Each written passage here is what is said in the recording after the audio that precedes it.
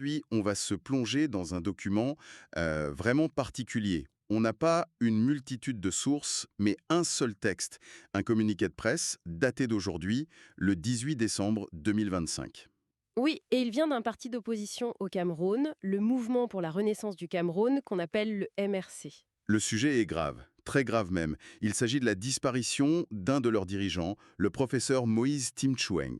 C'est ça. Alors, à première vue, on pourrait se dire que c'est un cri d'alarme.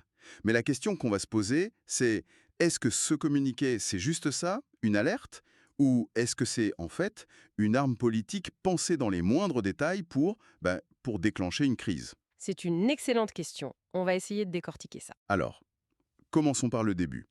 Les faits. Du moins, les faits tels que le MRC nous les présente. Qui est ce professeur Moïse Timchoueng? Eh bien, le communiqué est très précis.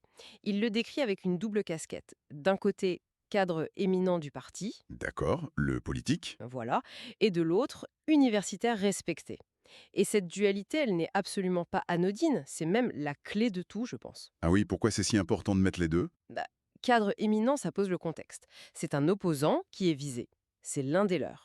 Mais en ajoutant universitaire respecté, Ça change tout. exactement, ça le sort du cadre purement partisan.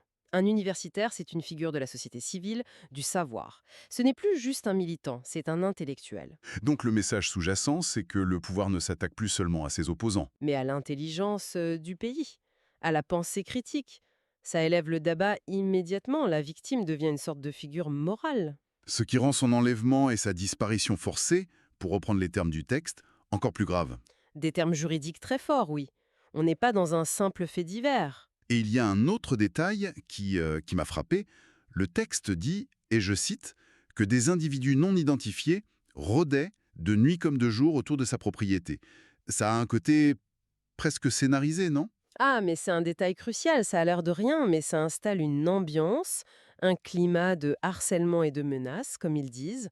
Ça suggère que ce n'est pas un acte spontané. D'accord, c'est prémédité. C'est ça. Mais surtout, ça sert à invalider par avance toute autre explication. C'est-à-dire? Si, plus tard, le gouvernement disait «Oh, mais c'est un crime de droit commun, un kidnapping pour rançon». Eh bien, ce détail rend cette version beaucoup moins crédible. La surveillance, l'intimidation, ça évoque des méthodes de police politique, pas des bandits de grand chemin. C'est habile. Ils construisent une scène de crime politique avant même de dire qui est le coupable. Il cadre le récit dès les premières lignes. Et puis, il y a le silence. Le texte insiste bien. Sa famille, ses proches et ses conseils sont sans aucune nouvelle de lui. Et c'est là qu'on tombe dans la définition de la disparition forcée. Précisément. Une disparition forcée, en droit international, c'est une privation de liberté par l'État, suivie du déni de cette détention. Le fait de dire que même les avocats ne savent rien, Ça coche toutes les cases. voilà, le MRC ne dit pas «on est inquiet». Il dit, en substance, «nous vous accusons de commettre un crime contre l'humanité». La gravité est maximale. D'accord. Donc, la scène est posée, on a l'intellectuel respecté, la surveillance, l'enlèvement, le secret. Logiquement, l'étape suivante, c'est de nommer le responsable. Et là, ils ne prennent pas de gants. La phrase tombe comme une lame. Nous interpellons directement le gouvernement Biya. Pas de nous demandons aux autorités de clarifier la situation, non. C'est direct. C'est frontal. Ils le tiennent pour responsable de l'intégrité physique et morale du professeur. La responsabilité est affirmée, pas suggérée. C'est une déclaration de guerre politique, en fait. Et le vocabulaire qui suit est particulièrement choisi. Méthode d'intimidation d'un autre âge. Mais c'est surtout la comparaison qui est folle. Il parle de méthode digne des méthodes soviétiques les plus sombres. C'est énorme comme accusation. Pourquoi aller si loin? C'est une question d'audience. En utilisant le mot soviétique, il ne parle plus seulement aux Camerounais. Ah, C'est un message codé envoyé aux chancelleries occidentales, aux grandes ONG des droits de l'homme, aux Nations Unies. Quand ces gens-là lisent méthode soviétique, ils entendent répression autoritaire, État policier, c'est un cas d'école pour eux. donc ce n'est pas juste pour le style. C'est une stratégie pour internationaliser l'affaire. C'est exactement ça. C'est une façon de dire ce qui se passe chez nous n'est pas un petit conflit local. C'est un symptôme d'une maladie que vous, communauté internationale, connaissez très bien et que vous avez le devoir de condamner. C'est un signal d'alarme calibré pour être entendu à Paris, à Washington, à Genève.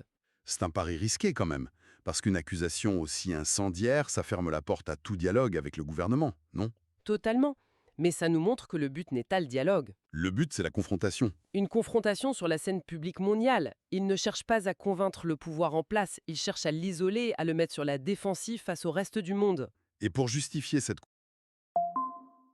confrontation, ils avancent un mobile très clair. Réduire au silence les voix dissidentes et les intellectuels de notre pays. On retrouve toujours cette double casquette. Toujours. L'affaire Tim Chung n'est pas une affaire personnelle. C'est le symptôme d'un système. Le message, c'est aujourd'hui, c'est lui. Demain, ce sera n'importe quel citoyen qui osera élever la voix. Ils transforment un cas individuel en menace systémique. Voilà. Une menace qui pèse sur toute la société. D'accord. Le crime est posé, le coupable désigné, avec des mots qui obligent le monde à écouter. Et après ça, qu'est-ce qu'ils demandent concrètement? La revendication est aussi directe que le reste. Ils exigent, je cite, la libération immédiate et sans condition du professeur Moïse Tim Chuang. Immédiate et sans condition. Chaque mot compte, imagine. Ah oui, immédiate, ça veut dire que chaque seconde est une violation de ses droits. Et sans condition, c'est la clé. Ça veut dire pas de procès, pas de justification, pas de libération provisoire. Il nie toute légitimité à sa détention, en somme. C'est une négation totale. C'est une façon de dire vous avez commis un acte de banditisme d'État, la seule issue est de l'annuler purement et simplement. C'est un ultimatum politique, plus qu'une demande réaliste. Et le communiqué ne s'arrête pas là. Il se termine sur un appel à la mobilisation. Et c'est là que toute la stratégie s'y révèle, j'ai l'impression. Oui, c'est la mise en action. Et il faut voir à qui il s'adresse. Il y a 3 cercles. 3. Oui.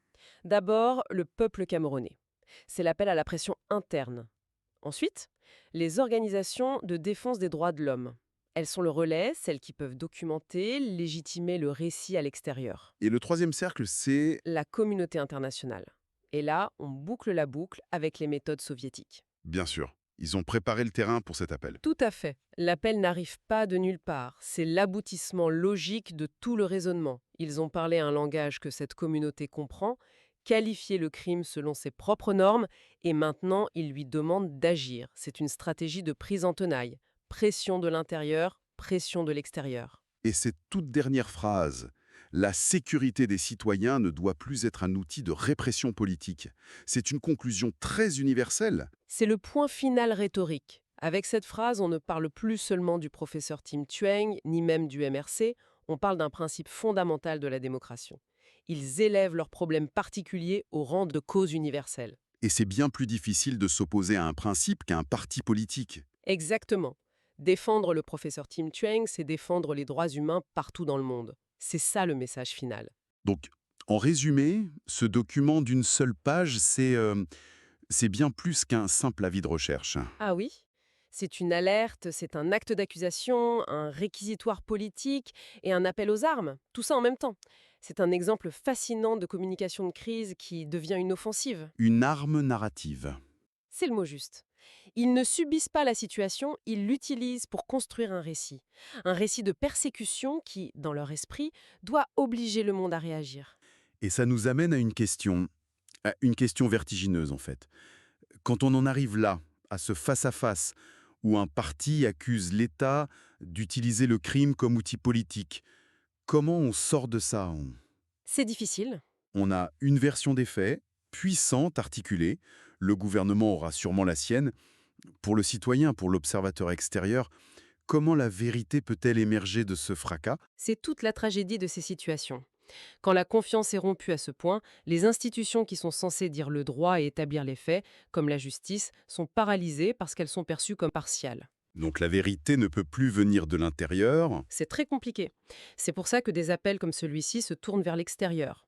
L'espoir, c'est qu'une enquête internationale, une pression diplomatique, puisse jouer le rôle d'arbitre impartial. Mais c'est un processus qui est long et souvent trop lent pour la victime. Ce qui nous laisse avec cette pensée, se communiquer finalement, ce n'est pas seulement l'histoire d'un homme qui a disparu. C'est le symptôme d'un système où la parole elle-même, où les faits sont devenus un champ de bataille. Et la question la plus troublante que ça nous pose, c'est peut-être celle-là. Sur ce champ de bataille, comment fait-on encore la différence entre un appel à la justice et une simple manœuvre politique?